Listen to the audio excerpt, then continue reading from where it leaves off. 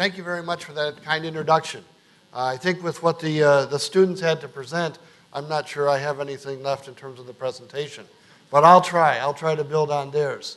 My distinguished colleagues, faculty at SPJIMR, and participants in the conference, I'm very honored to be here. This is my first time in India, and it's a really big change from a kid who grew up in a town of 40,000 people to come to one of 20 million. And I can see there's some very different supply chain problems. I'm going to talk about supply chain risk and really the evolution of supply chain management as I viewed it from 36 years of supply chain education. And I think it's really opening up opportunities for many of us, and particularly for many of the young students, to see supply chain as a broad new area of a career.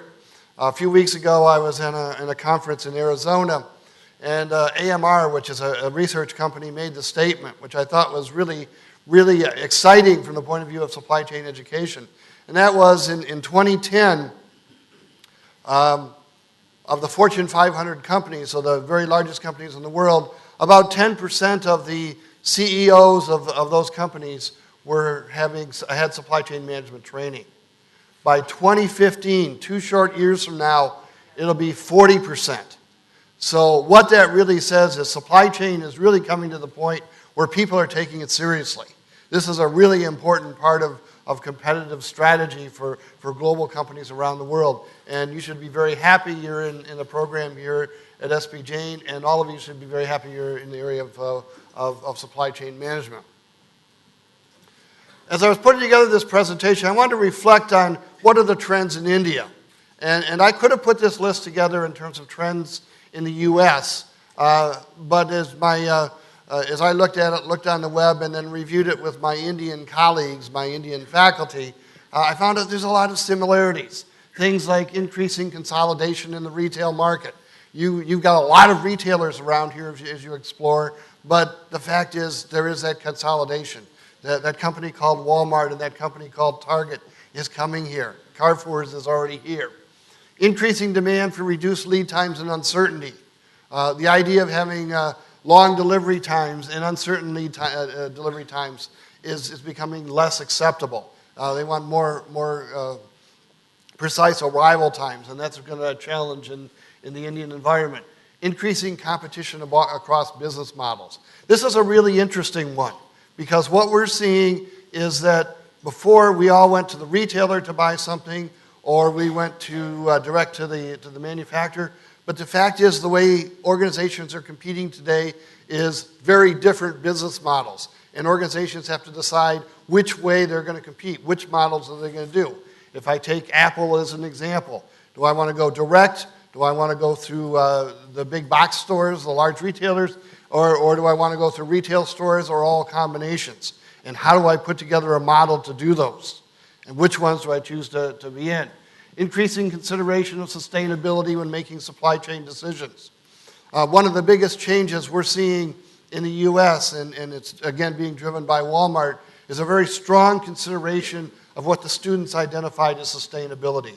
We have to come up with a supply chain strategy that is going to provide sustainable results. This past spring, in spring of 2012, I had the opportunity to go to the White House. And I was there in a panel of executives and academics talking about sustainability and supply chain. President Obama had issued an order earlier that said by 2016, the GSA, the General Services Administration, who buys $500 billion worth of stuff, which is roughly the same size as Walmart, the General Services Administration, with their suppliers, expect a 2% annual drop in water consumption, 2% annual drop in food consumption, and a 2% annual drop in waste in the supply chains of their suppliers. So they were basically saying between Walmart and the federal government, it says, you better take a lot of waste out of the supply chain. Otherwise, we're not going to buy from you. It's not an alternative, that's what you're going to do. Increasing demands for compliance, and this is going to be an increasing item as well. Compliance in terms of labor compliance, child labor laws, and those types of issues. Taxation, making sure you meet taxation requirements in any of the geographies you work in. Customs and content, and cold chain compliance. Next one, increasing demand for integrated solutions. And I'll talk more about that one, because I think that's a really important, but what consumers are looking for is an integrated solution. Not just a product today, not just getting the product to the consumer, but actually getting a solution to the consumer. And increased demand for cross-discipline talent. This one's really directed at the student, because as I talk to recruiters, and we graduate about 400 supply chain students a year out of Michigan State.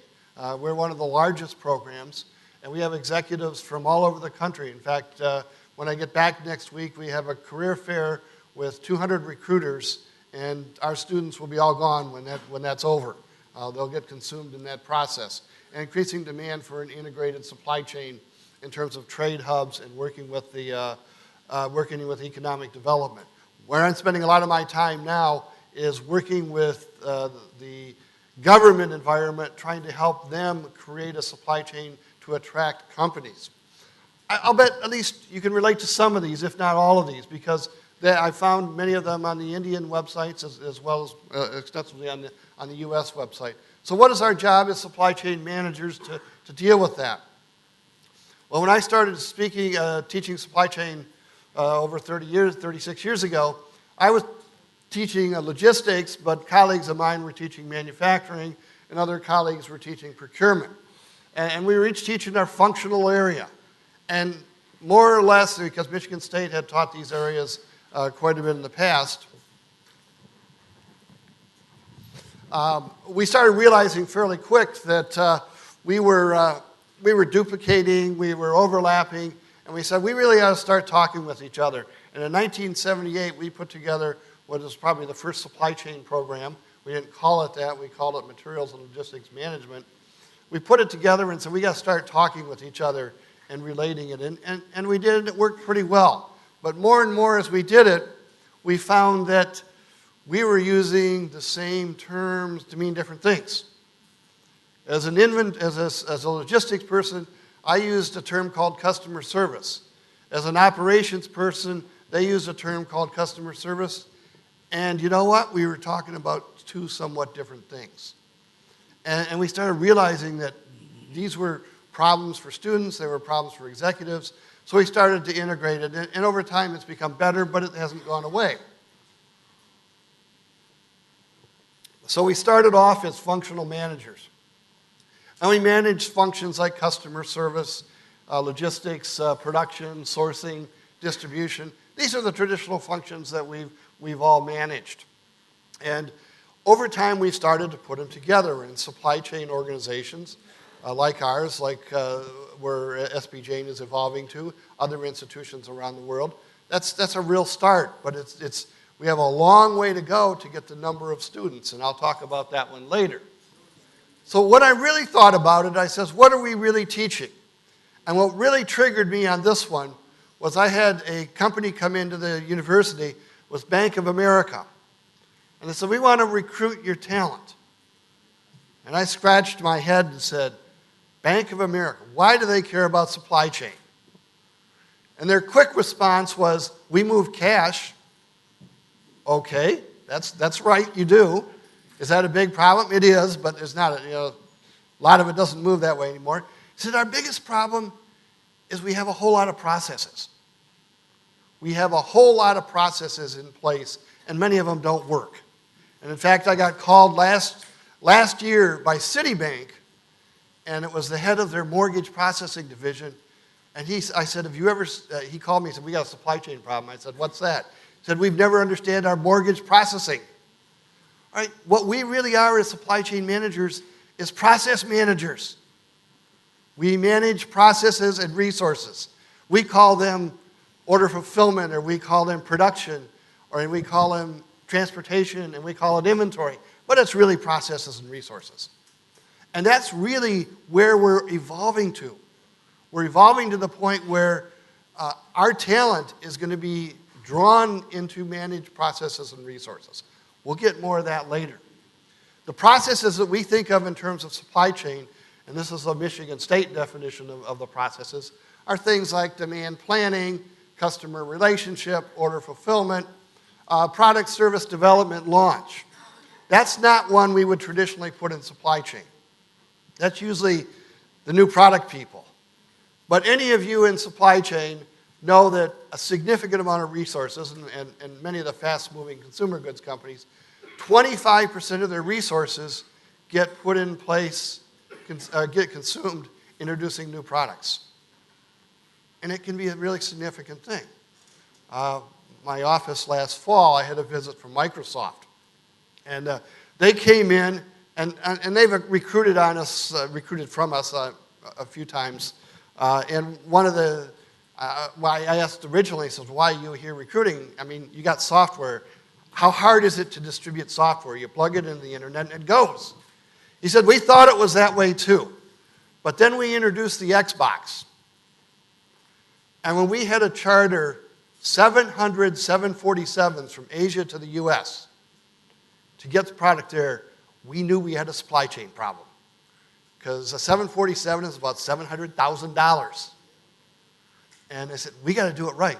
So the last fall they were there and says, well, we're back in and now we're introducing the tablet, the Microsoft Surface. We got a supply chain problem again.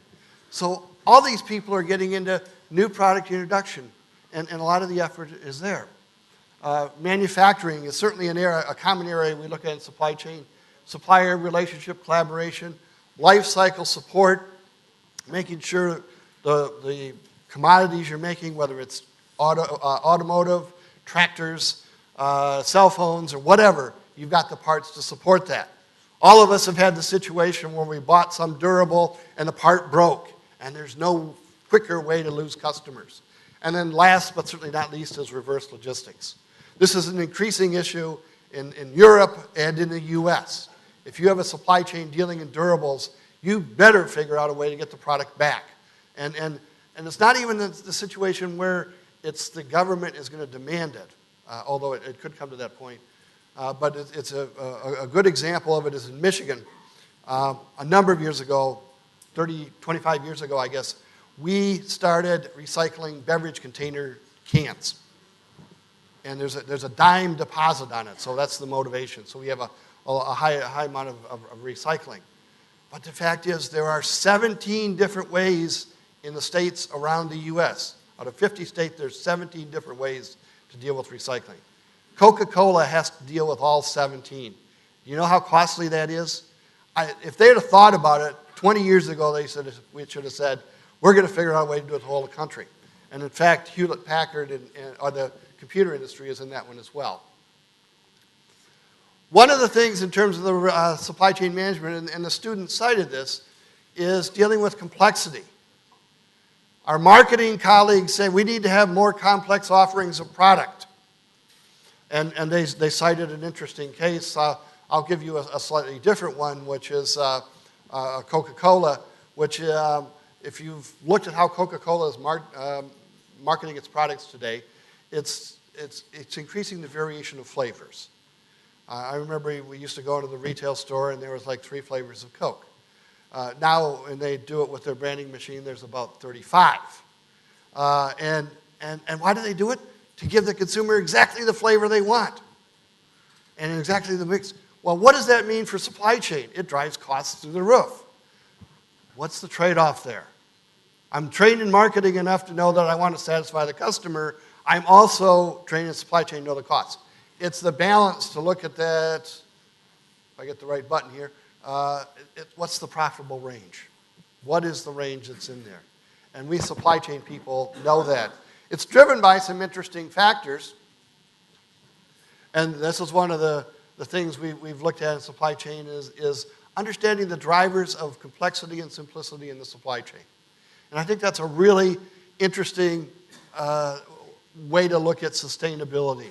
We can make supply chains very complex and very expensive, or very simple and matching the two. And my Mahindra colleague, one of the companies we researched in this was your competitor, John Deere. And we were studying their supply chains, and we were looking at the supply chains for garden tractors. small tractors that we have that us in the Midwest that have lawns, we use these things. I have a 2-acre lawn, and it still takes me 2 hours to mow it. And John Deere, in the range of horsepower from 10 to 22 horsepower, so not a very wide range of horsepower.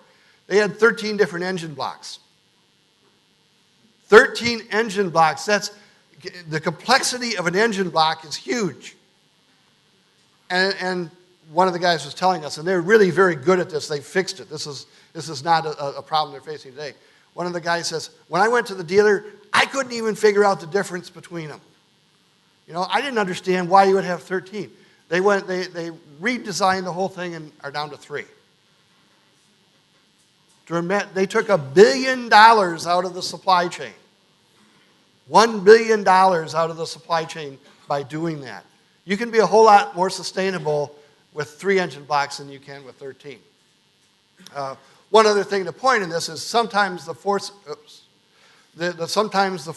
are external, things you can't control. As an example, whenever Intel introduces a microchip, HP, IBM, Apple all have to introduce a new product line. Totally out of your control. Other things are within your control. You try to match them and say, what are the trade-offs?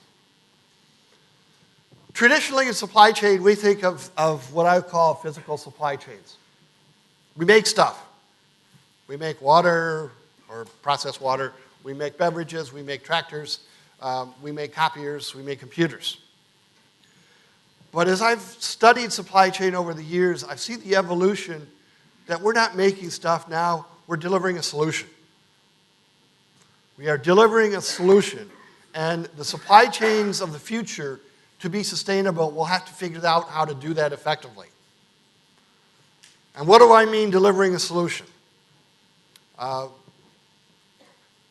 Two examples. One of them, since my wife is far away, I can use her because I accuse her of this all the time. So she calls me at home at the office before I leave and said, would you stop at Meijers? Meijers is a big hypermarket, like Carrefour's. Stop at Meijers on the way home. Everybody else is at Meijers when I stop there. And buy the stuff for spaghetti. In her mind, she knows what stuff for spaghetti means. I don't.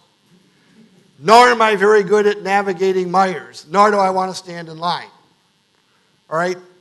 The product is there. The solution for me is a spaghetti dinner.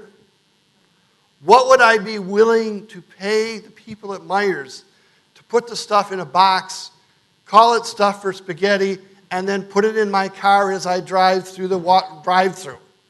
I'd pay 15 or 20% more. No questions asked. It's a good deal for me. Another similar example, this one is more relevant. So another time I go to the Best Buy, which is our electronics store, and I buy a big screen color TV. And probably some of you have had this experience. And I'm reasonably electronic literate, but sometimes my patience just doesn't get me there. So I said, okay, I want hundreds of TVs in the back wall, lots of them there. And I said, give me that one. I said, okay. And I couldn't put it in my car, so I had to say, deliver it. So they said, fine, we'll deliver it. So they delivered it 2 days later. Sat in my front hall. They said, we got to schedule the guy to install it. That was 2 or 3 days later. Then they had to schedule another guy to program the home theater part. And that was 2 or 3 days later. So I have bought a product, paid for it for 7 days, and I haven't even looked at it yet. That is frustrating. What I was looking for is entertainment, a solution. What I got is 3 separate deliveries. The competition in the future is going to be the company that can integrate that into a solution and have the supply chain pull that off. So traditionally, we looked at asset-based supply chains. I think in the future, we're going to have demand for what I would call service-based supply chains or resource-based supply chains. And that's going to be things like intellectual capital. And the capital could be the guy that installs and programs the TV. It could be a teacher. It could be a computer electrician. It could be somebody offering health service. Because, and where I got into this one is I had students in my class who were very highly trained doctors. And they kept coming to me at the end of class and saying, hey, Close, how does this apply to me? I'm a doctor. And I said, well, all your supplies have to be brought to you. And they said, yeah, I know that, but that's not a thing I'm really worried about. It generally shows up. But it started triggering to me that the real talent, and it was a woman that was an obstetrician gynecologist that brought it up, says, scheduling a medical facility is not a whole lot different than scheduling a production facility. And in her case, she got really excited one week. She came to class. She said, oh, this week I paid for a really high-priced nurse, scheduling nurse. And that nurse, by talking to the patients, could tell how long they needed. It saved me time, made me more money, and made the patients happier. Great idea. So I think we're going from a traditional supply chain concept to more of a services supply chain.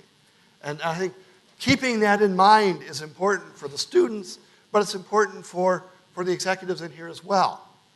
And broadening out, saying, no, we just don't deal with physical stuff. We deal with all kinds of resources and processes. And just to illustrate that point, this chart looks at the percentage of labor in China, India, U.S., so the economies from the largest to the top 10, I should say, and illustrates the point of where is the percentage of labor. In this particular case, this is in the U.S., 90% of the labor in 1800 was in ag. Now it's down to about 3%. So we feed the whole U.S. and, in fact, much of the world with 3% of the U.S. labor, and obviously the huge productivity improvements. Goods were, spent a lot of time in goods, and now it's dropping down. And people say, well, that's because all our goods are going, good manufacturing is going overseas. To an extent, that's true. I think it's changing a little bit.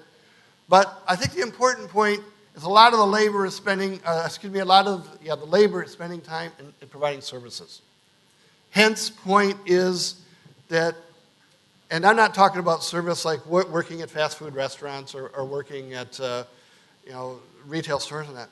Services like law, teaching, medicine, politics. That's where all the people are in expertise is. IT is another one. That's where the expertise is, and managing that expertise is going to be critical. Healthcare is a perfect example. If I look specifically at healthcare, and as I say, you walk into a healthcare operation and you want to, and you're ill or you want some type of treatment, what does it take? It takes some kind of facility, it takes some personnel, it takes some equipment, and it takes some supplies. In my previous life, I would have said, well, the part of supply chain, I'm only worried about the supply part. That's all I got to get there. But if you look at these columns, where's the constraint? Where's the bottleneck? The bottleneck is the expertise, the people part. And that's going to be even worse. And if we have to keep people healthy, no matter what country we're in, it's getting better use of the expertise. So that gets us to step 3 here, which is evolving responsibility of supply chain managers. I think even beyond that, we're risk and security managers, and the students highlighted that. I think supply chain managers have to be risk and security managers looking at how do I manage all the risks and the security issues in the supply chain. In the past, we've looked at a fairly small dimension of those risks. Usually it was balancing supply and demand risk on the risk side. And the security, there wasn't a lot of that we were concerned about in that, although since the turn of the century, that's become a bigger issue. But I think as supply chain managers today, we're going to get pulled into that. And I'll provide some examples. One of the projects I got pulled in on in my career was for the Department of Homeland Security, looking at the food safety and food safety in the supply chain. And we were saying, what policies should companies put in place to enhance food safety in the supply chain? And for the most part, many of us just assume it's safe until it shows up not to be. So that's what we end up having to do, is what do you have to do? And I was working with colleagues that are veterinarians and food safety experts and agriculture experts and criminal justice experts. We were all coming together and saying, let's understand this food safety thing. For the most part, food safety focused on this part of the supply chain, the farm, the production facilities, and the assemblers, the co-ops, and occasionally in the processors. That's where a lot of effort was put, because that's where they thought the problem was. And there were problems there. But the part that they missed most is out here in the supply chain, people really didn't look at it. They didn't understand the risks out there. They didn't understand what could happen in a warehouse at 3 a.m. in the morning, or in a truck sitting in a truck stop, and those types of things. And so that's some of the stuff we started looking at. What do we need to change in terms of processes? And what do companies need to do? And if we think about it, this is a big challenge in terms of supply chain. When I was doing this research one nice summer morning, so the students weren't around, it was a quiet day, and it was a beautiful sunny day in Michigan, which is rare. I got a call, and occasionally I get some of these calls.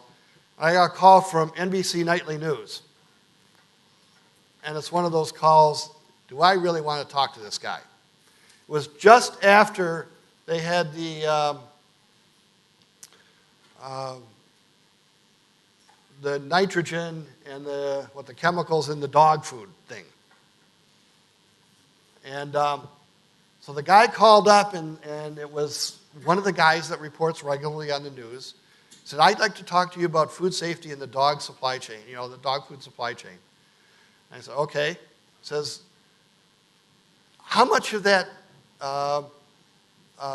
product do we inspect coming in? Oh, about 1%, which is about what percentage of stuff we inspect coming in. He said, well, don't you think we should track more of it or inspect more of it? And I sort of had to educate the guy. He says, do you really want to go there? Do you really want to take it to that step and throw in that much cost into the supply chain? And I thought about it afterwards. I mean, I'm sure the guy was, well, his last question was, well, where else are we going to have problems? Which, of course, I just totally didn't want to deal with that one at all. But I thought about his question and said, how many people understand how supply chains work and how these costs accrue? And right now in the U.S. government, there is a legislation, hopefully it'll never pass, to have 100% inspection of food at the border. That would be a nightmare. That would be an absolute nightmare.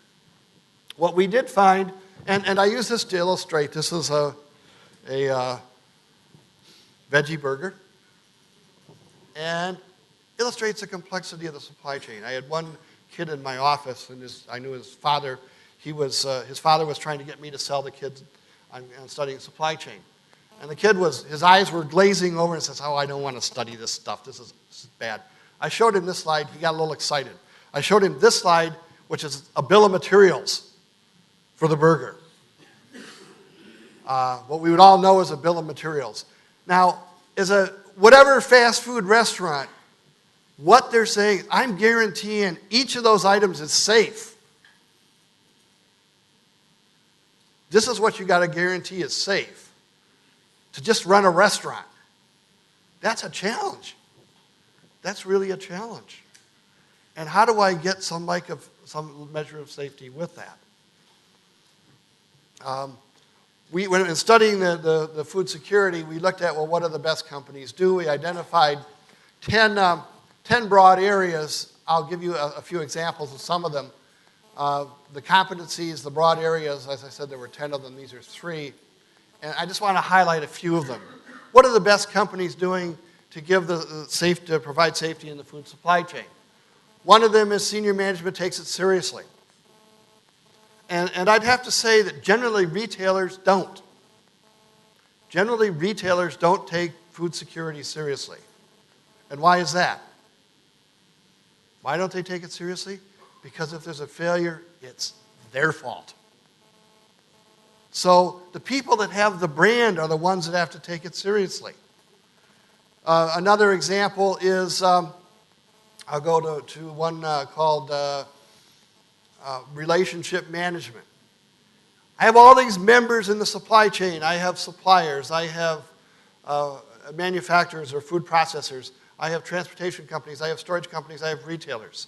How do they all work together to guarantee food safety? Because at any point, the food could be adulterated. And making sure the partners work together and communicate. That's the last one down here, is how do I communicate? What do I communicate? In the U.S., it's a big challenge because of our litigious society. What do I want to tell the press if I have a problem? In order to stay out of trouble, but be informative. And that's a challenge. So we as supply chain people are getting pulled into that one. Boy, I'm taking this simple job we used to call supply chain, and I'm just like bringing it way out. But on the other hand, I think it's a big opportunity for us to step out. And that's why we're going from the sort of the back room to the boardroom and even CEO level. And that's really the sustainability part, what the students addressed. I'm going to broaden it a little bit further. The students called it 3PL or 3BL, I guess. I'll call it as the, or triple bottom line, which is how we would normally say it in the States. I'm going to call it a 4PL, or four dimensions, the 4 E's. What we did, some colleagues and I, is we went on websites, because there's a lot of companies out there that say, we're for sustainability. And then you ask them, well, what does that mean? Say, oops, I'm not quite sure here. So we went out and looked on their websites, looked on their public material, and we organized it into these 4 circles. And we said to be sustainable, it really requires 4 things, not 3 things. It requires ethics, which is the social responsibility part. That's the part that the students mentioned. It requires the environmental part, and there's a whole lot of dimensions to the environmental part. The economic part is the trade-offs. But we throw in the other one down here on the right-hand side of education,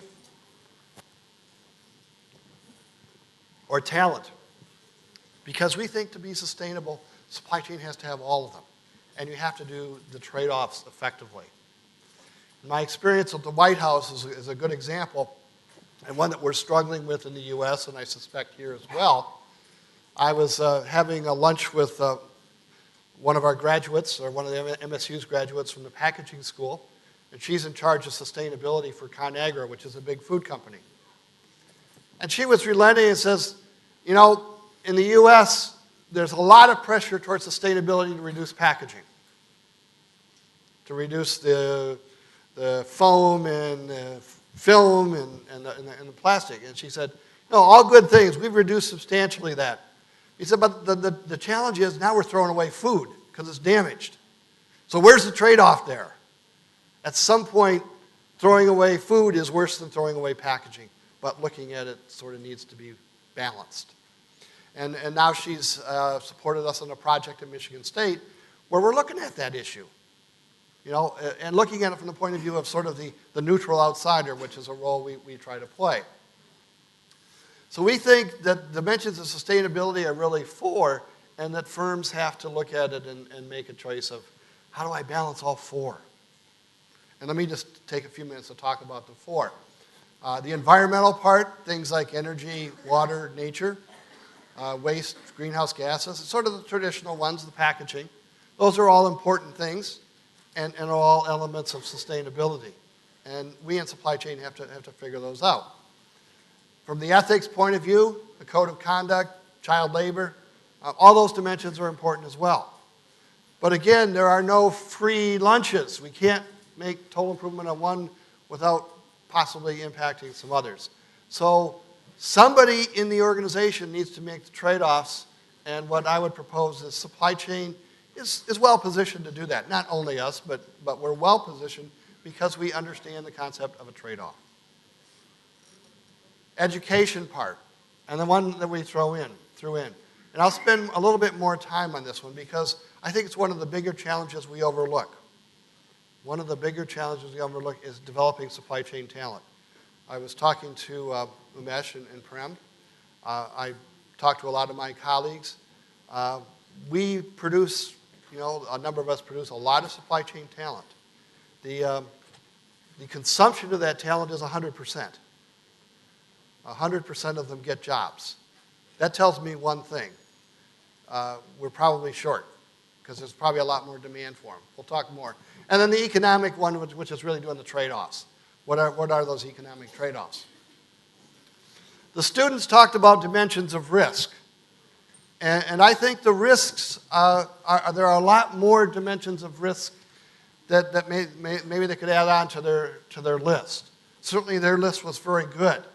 But where we're managing risk today involves other things like compliance, which is a major headache. A number of you already know. If you want to talk to Apple about compliance, you can see some big issues there. So it could be compliance in terms of code of conduct, high risk or usage of restricted materials. Performance risk of how well you perform in the supply chain in terms of delivery. And anybody that works in the auto industry or any type of manufacturing industry understands the impact of that. The event risks. And these are the things that have really changed in terms of companies. 5 years ago, I would talk to companies and we're looking at low cost. Today, we're looking at risk management. Risk management is the issue. It changed dramatically. And it only took a tsunami, an earthquake, a flood, and a hurricane. Just all those things happening together, all of a sudden said, these are the major things. And there are a few good companies at managing risk and making the choices that the students really did point out. Which ones are the high priority? Which ones do you want to mitigate? Which ones do you want to live with? The financial risks and the market segment risks. Right? The best companies are out there are putting together structures to how do they manage risk. Let's talk a little bit more about the talent piece. Traditionally in supply chain, I've focused on, my students might go out, particularly at MSU, we had a large number of them that went out in procurement, and they spent their whole career there. Others went out in manufacturing, spent their whole career there. Some in logistics, spent their whole career there. They were very, very good people in those areas. What I see today, and where the real need is going to be, is people that have the cross-functional skills to manage a supply chain.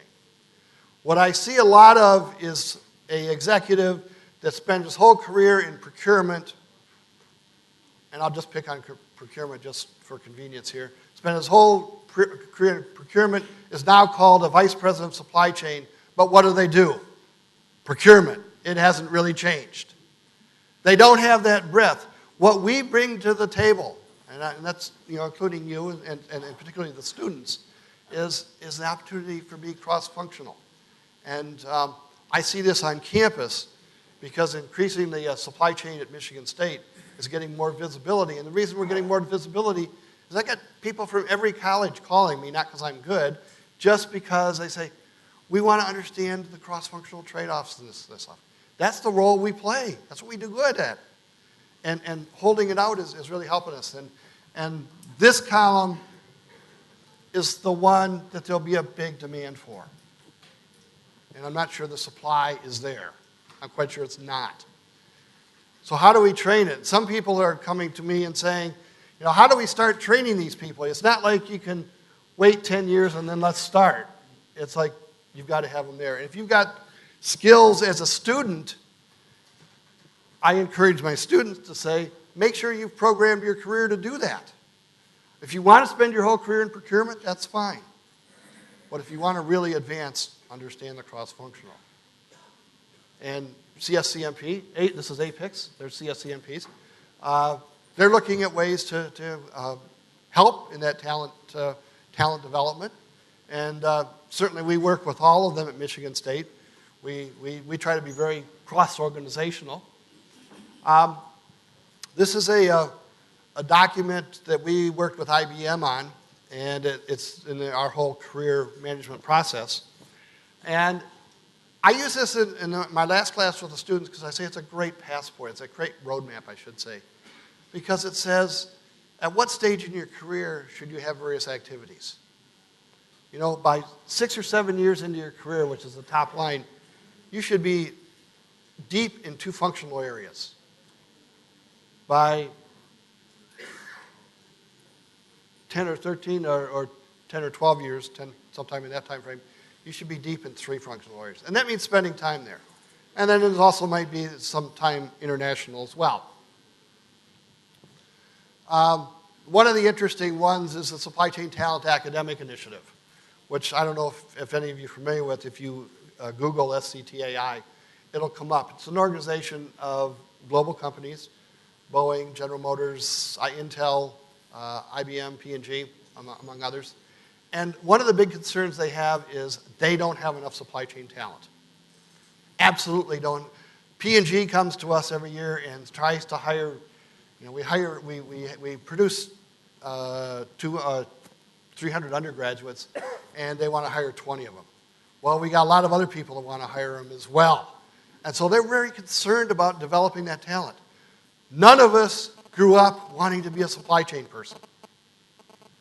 In fact, in my case, my dad was a supply chain person, and I swore I would never do what he does. And look what happened to me. But most of us don't do that. So SCTAI is saying, what do we need? What do the companies need to do? And they're being very proactive in it. And the problem is that most university students don't even understand what it is. Most universities don't understand.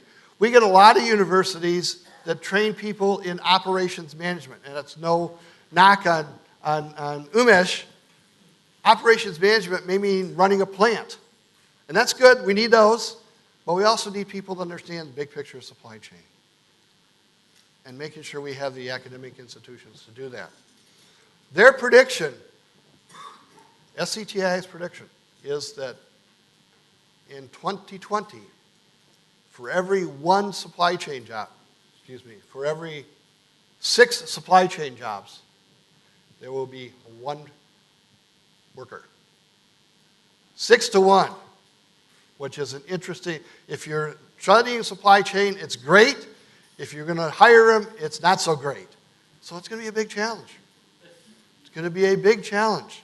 It's not like we're a little bit off, we're a long way off.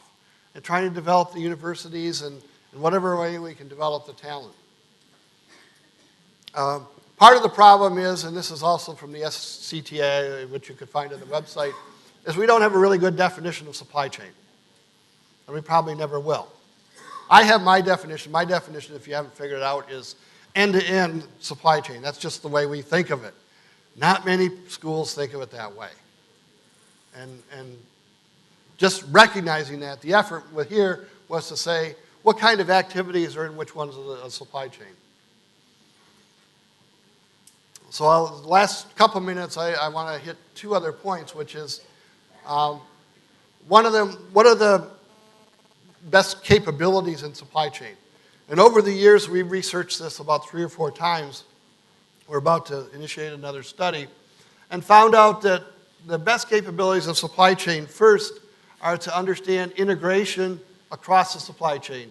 Integration with suppliers, integration internally, integration with customers. Interestingly, one of the biggest challenges of that, generally I won't ask you, don't embarrass anybody. If I ask executives, where's the biggest challenge? Which is the poorest integrated? It is almost universally internally. Purchasing has a bigger time dealing with logistics than outside the company. But maybe it's different in India. Well, I won't answer that. But some of the other characteristics, looking at strategic alignment, particularly with key customers, global optimization, where should I have things operate globally? Where should I have production of certain products or consumption or supplies, and certainly? How do I manage risk in the supply chain? We talked about that, and that's going to be increasing challenge. And innovation in the supply chain. Certainly, many of your organizations are looking for better innovation. And these define some of those competencies. So, one of the best practices we found continuously in the supply chain is being able to, what I would call, have segmental supply chains. And segmental supply chains, also called, another way we're evolving it at this point is talking supply chains for each business model.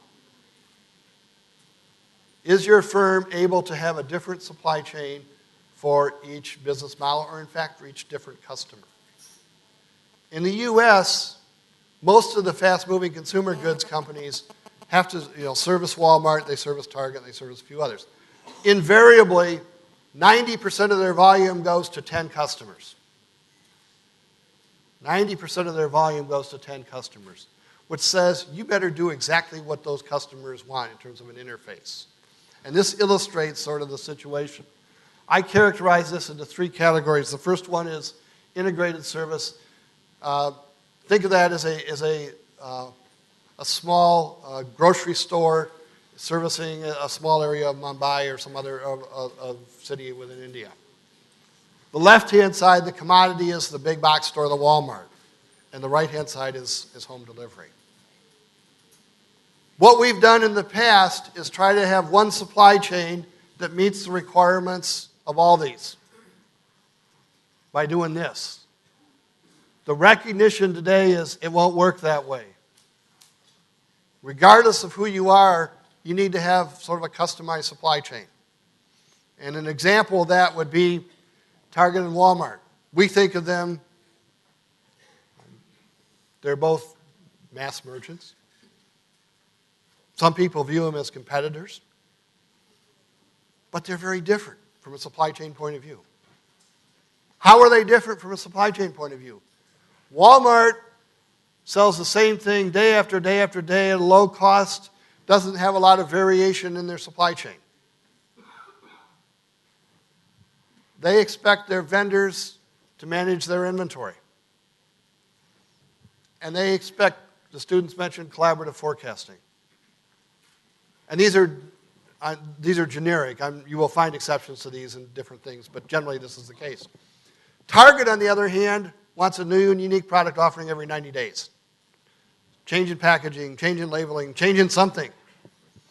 They want inventory responsibility. They don't want collaborative forecasting. So if I'm Procter & Gamble or Kraft or Johnson & Johnson or Kellogg, I've got to design a supply chain that does those two different things. Can the same supply chain do both of them? Sometimes yes, sometimes no. But I've got to recognize that that's different. So, wrapping this thing up, this is a great time to be in supply chain. I think we are in a changing environment. I've sensed a significant change in the environment in terms of supply chain as companies rethink what they look like. Firms are looking for more balance between scale and reliability. In the last 10 years, they've looked for scale. How do you get massive economy of scale? And I'll show you an example of that one. Infrastructure congestion is becoming increasingly problematic. That's probably not an issue here, right? Infrastructure congestion, not an issue. It is on the west coast of the U.S. It is on the east coast. And I've been campaigning against Chicago for forever. Every place has some infrastructure item. Increased energy costs will shift supply chain mode selection and design. And so we got to start looking at quantifying the value proposition. This is the energy cost in the U.S. dollars per gallon for diesel fuel. And most of the supply chains were designed with, and you'll think of this as $1 or $1.50 diesel fuel, and then it ballooned up to $5, went down, back up. How does the supply chain change when you have a different price? And the fact is, the price isn't constant. This is obvious. As those prices change, how does the supply chain change? What decisions have to be made? So I put together this series of slides, there's 3 of them, illustrate the point. And this came out of the tsunami. And I was talking to a colleague of mine that was in agriculture, and he was saying, how's the tsunami impact supply chain? And I was saying, how's the tsunami going to impact food? We came to somewhat the same conclusion. Historically, supply chains have been looking for a centralized solution, and that's in order to get economy of scale. Example being, where were all the microchips made? They're all made in Taiwan. Why are they made in Taiwan? Huge economy of scale. And we lower the production cost. Well, what's the constraint on that? The cost of transportation. Well, if you're dealing with microchips, the cost of transportation is not very significant. So it's not a big deal. But you can put whatever commodity you want on there. What happens if the fuel cost goes up? Less centralization. What happens if you throw in risk? And the risk is the big unknown. Port risks, inventory risk, delay risks, all those things that start shifting that thing way back up. And that's why I think supply chains, and I see it in the auto industry, I see it in the food industry, I see it in the electronics industry, are dramatically changing today. Because people are starting to quantify what the impact of that red line is and understand it. And so they're making that change in terms of the supply chain. And in the auto industry, I go down to Detroit now, and it's all about risk management. It's not about low cost. They've been burned on the low cost one. Now it's don't shut down our assembly lines. And I thought an interesting example of that was an article in Business Week 2 weeks ago called The New Silk Road. And it didn't, if you wanted to find it on the web, you could go out and do it. That's the title of it. It is Business Week. But it was illustrating the point. This is China and the production facilities over here, and then Western Europe over on the other side. And their point was, historically, what have we done to move the stuff, the car parts, the chips that are made in Eastern China? We've air freighted them to Europe and vice versa, the stuff they made in Western Europe. And now what's happening is that's too expensive with fuel costs. And now they're looking at what can we do to enhance. They said we could go ocean, but that's way too long. So now it's how do we recreate the Silk Road on iron rails? And they gave a number of examples of what's happening. So we're seeing the big increase in terms of the railroads. So supply chain design, and I started doing this over 40 years ago, designing supply chains, quantifying it, analyzing them, and so on. It was easy. It looked at demand, product, material, transportation. 2012, I got some other factors in there, basically under sustainability, energy, labor, and political, which are interesting factors. They certainly impact the result. Today, I got a whole bunch of other factors in there. And I think as supply chain professionals, it's a great time to be there because, as I said, we are the ones that understand processes, resources, and trade-offs. And we could either say, no, that's not our domain, and walk away and leave it. But I think it's an opportunity to say that, yes, we can really do that. And we have to understand a whole different set of resources. And as students, I tell my students this, is like, I never heard of regulatory reliance, compliance, and taxation in my supply chain classes.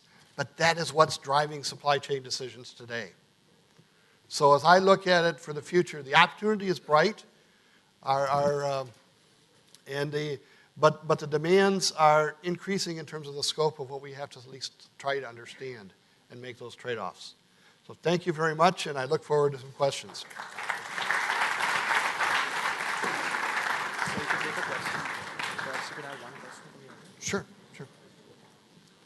We just have time. We could just take one question maybe from the audience before we break for tea, if anyone has a question.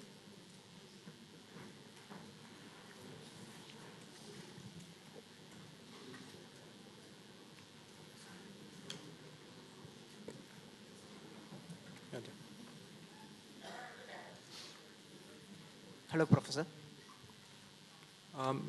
Just say your name and where you're from. Yeah. Hello, Professor. I am Nityanandam, a new student here. I am an outsider to supply chain. The first question which I want to ask is, you know, the floods in Thailand caused a huge impact on the supply chain of producing computer drives. It took 6 months to go back to the pre-flood cost, actually. So what has the industry learned from it, and what is it going to apply in the future? Because if the raw materials are sourced from a single country or something like that, we are going to face situations like this again in the future. I think the things that the industry has learned, which are sort of my slides back here, whoops, was that the idea of single sourcing in one location around the world is going to be well studied and understood. In other words, I'm not sure people will do it as much as they were. They understand that it's great things to get economy of scale by having production in a single site, and even production in a country that has relatively low-cost labor. But I am seeing more companies in the U.S., which is interesting. Our labor rates in the U.S. are, $10 or $11 an hour, unless you're dealing with unions, in which case they're about twice that. But companies are looking at that and understanding, and I get more requests from companies that says, help us evaluate the risk trade-off. What's the inventory labor trade-off? And the $10 an hour labor in the U.S. doesn't look too bad when you're looking at some of those risk dimensions. And so companies are making that different choices. One company in northern Michigan we're working with, northern Michigan is really out in the middle of nowhere, and they were ready to move their production offshore. And when some of their customers started looking at the labor and the risk piece, they made the choice of saying, nope, we're going to keep it right where it is. So I think you're going to see, I know in the US you're seeing a lot of companies look at that. Ladies and gentlemen, we now break for tea. The further questions can be discussed during the panel discussion at the end. The arrangements have been made outside the SPJIMR gate. Thank you.